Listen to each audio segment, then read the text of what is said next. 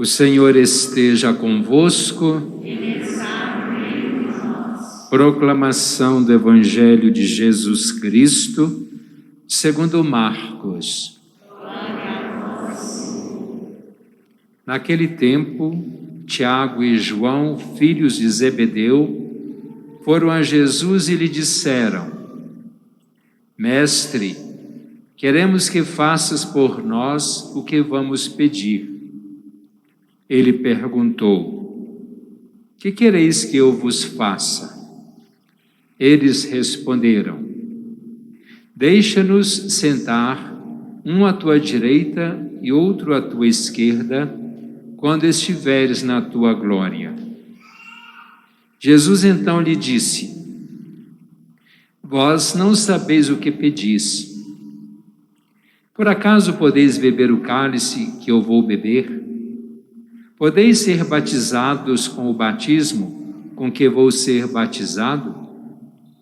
Eles responderam: Podemos. E ele lhes disse: Vós bebereis o cálice que eu devo beber e sereis batizados com o batismo com que eu devo ser batizado. Mas não depende de mim conceder o lugar à minha direita ou à minha esquerda. É para aqueles a quem foi reservado. Quando os outros 10 discípulos ouviram isso, indignaram-se com Tiago e João. Jesus os chamou e disse: Vós sabeis que os chefes das nações as oprimem e os grandes as tiranizam. Mas entre vós não deve ser assim. Quem quiser ser grande, seja vosso servo. Quem quiser ser o primeiro, seja o escravo de todos. Porque o Filho do Homem não veio para ser servido, mas para servir e dar a sua vida como resgate para muitos. Palavra da salvação. Glória a vós, Senhor.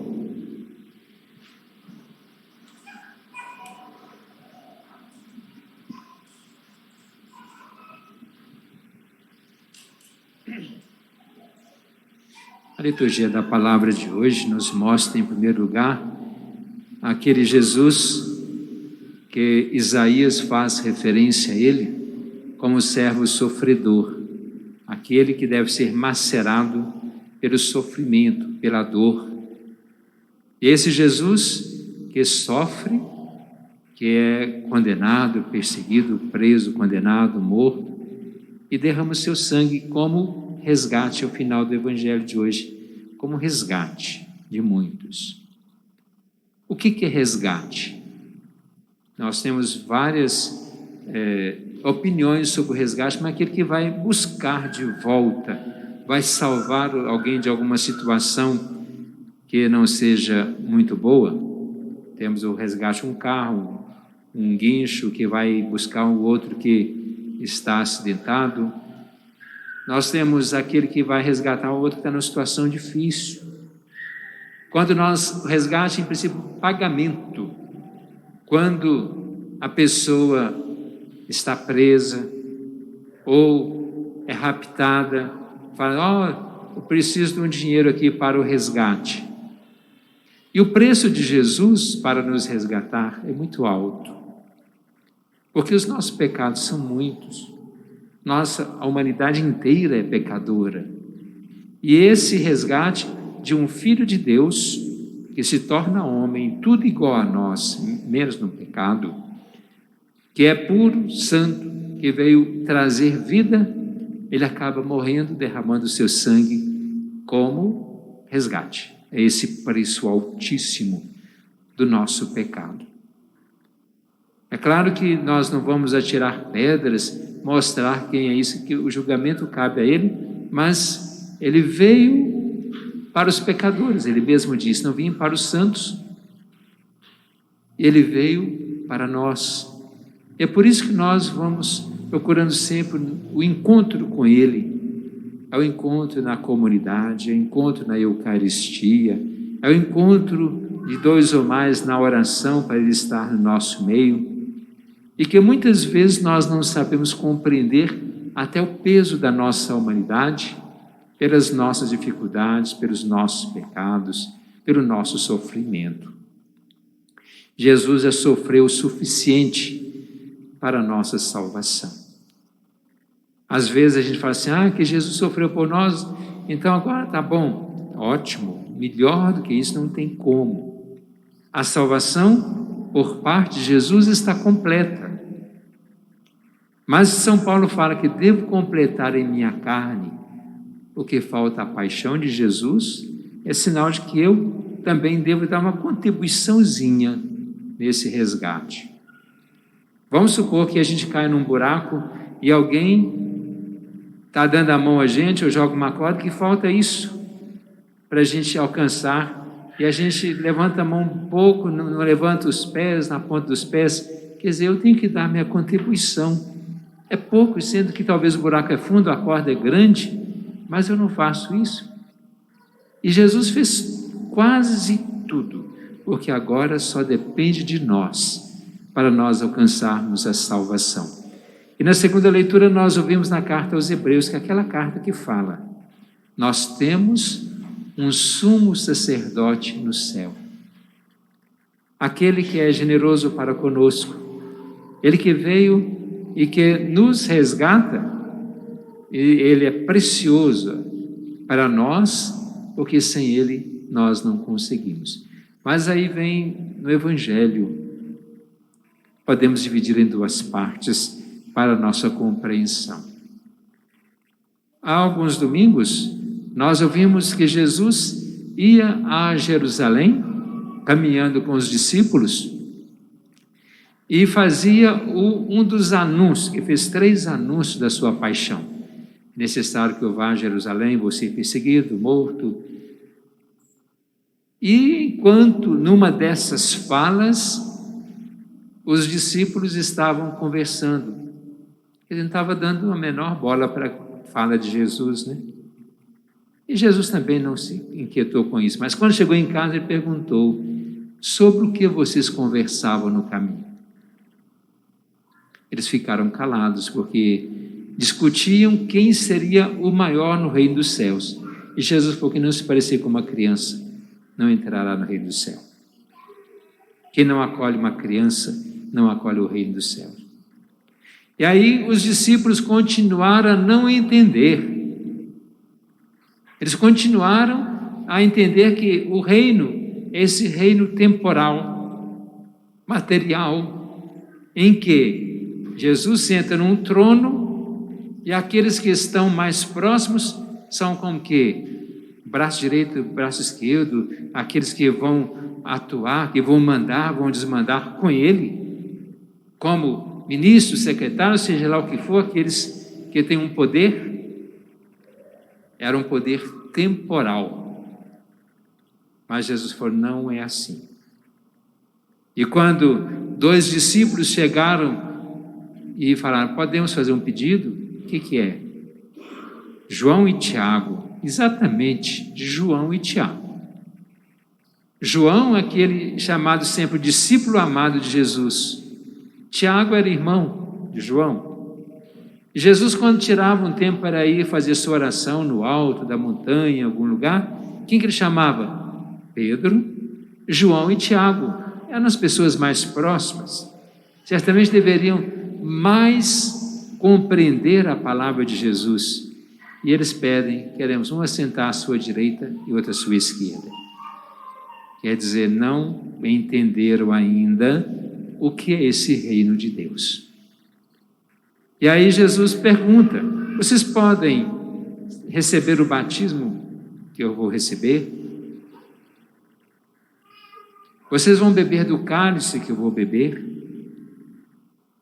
Eu acho que sem eles entenderem também, eles responderam, podemos.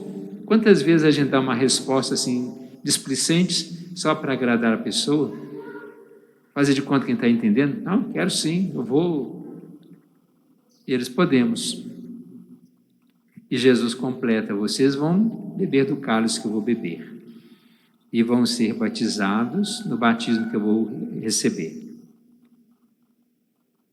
A gente pode imaginar quantas vezes Jesus bebeu no cálice, nas festas, quando tinha o vinho, inclusive na instituição da Eucaristia, do batismo. Não é que Jesus ia receber o batismo como nós recebemos, porque esse ele já tinha recebido antes.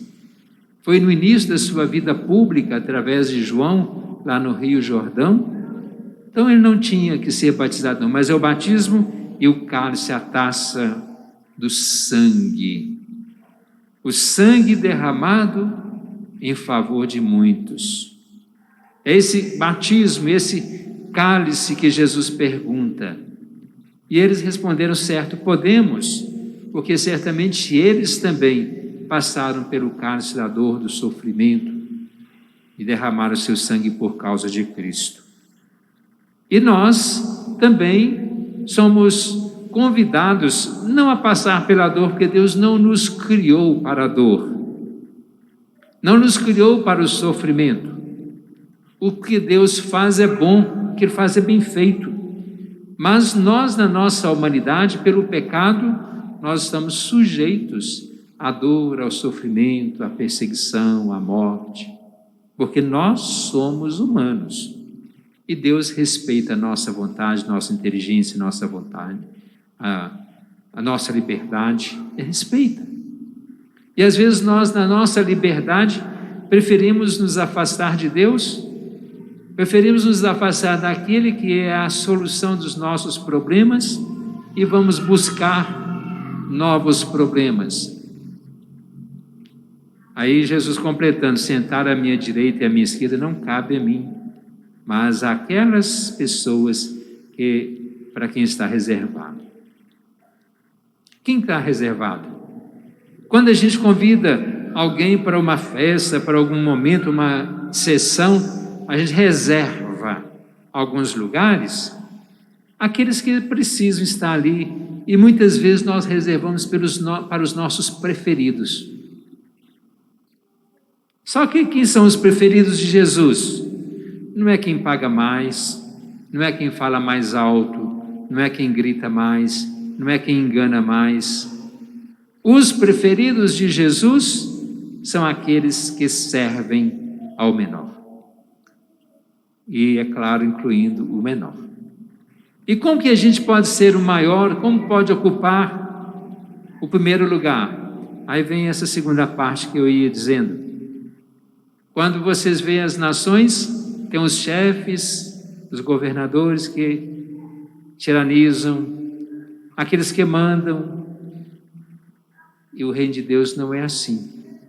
Porque aquele que ocupa uma posição maior é o que mais deve servir. Portanto, se você quer ser o maior, seja o servo de todos.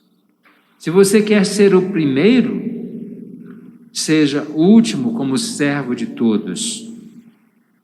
Não é simplesmente colocar numa fila uma ordem: ah, não, vou ser o último que eu vou ser o primeiro. Mas ser o menor para servir. E Jesus, quando na última ceia lavou os pés dos discípulos, Ele foi exemplo para nós, porque quem é que lavava os pés dos outros? Uma maneira de dar uma boa acolhida para a época. As estradas de terra, andava descalço, de sandálias. Então, quando a pessoa chegava a casa, o dono da casa, o anfitrião, oferecia para lavar os pés. Quando alguém chega hoje, a gente oferece ter um quarto, um banheiro, um cafezinho, um almoço. Naquele tempo, era lavar os pés. E quem lavava era o servo, o empregado, o escravo. E Jesus se rebaixou para lavar os pés dos seus discípulos. Ele se tornou como servo. Pedro assustou: não, o senhor não vai lavar os meus pés. Mas ele fez, lavou os pés e disse: isso que eu fiz, façam vocês também. É a palavra de Jesus. Nós não vamos ficar inventando coisas, colocar na boca de Jesus e falar que a gente tem que fazer porque Jesus mandou.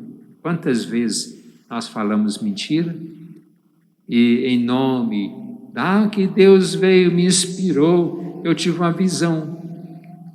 Nós primeiro devemos ter a palavra certa, que nós precisamos servir. Não é porque a gente ocupa uma cadeira de importância, um lugar de destaque, que nós temos que fazer com que todos nos reverenciem. Quanto maior a autoridade, maior é o serviço. Vamos olhar em um presidente, governador, prefeito, e nos cargos que a gente tem. Para que ele é eleito? Para servir a população. Não é para ninguém ficar bajulando, não. Mas a população também tem que compreender que ela tem que fazer a parte dela, mas estes são servidores, são pagos pelo nosso dinheiro, de impostos e tudo mais, para servir. Não são trabalhadores de graça, não. Mas então, quanto maior for o cargo, maior é o serviço. E quanto maior for o serviço, seremos maiores diante de Deus. Então está aí a receita que Deus quer para nós. Não basta a gente falar assim, eu vou querer um lugarzinho lá no céu, bem aconchegante, quero estar bem diante de Deus. Outros já falaram, eu quero nem que seja um cantinho, eu quero minha salvação.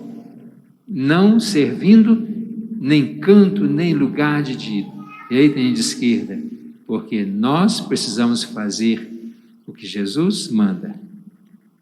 Um ditado popular que diz, quem não vive para servir, não serve para viver. Se não serve para viver aqui, como vai viver na vida eterna? Vamos nos desdobrar para que a gente possa alcançar um dia um lugar lá diante de Deus. Passamos a nossa profissão de fé.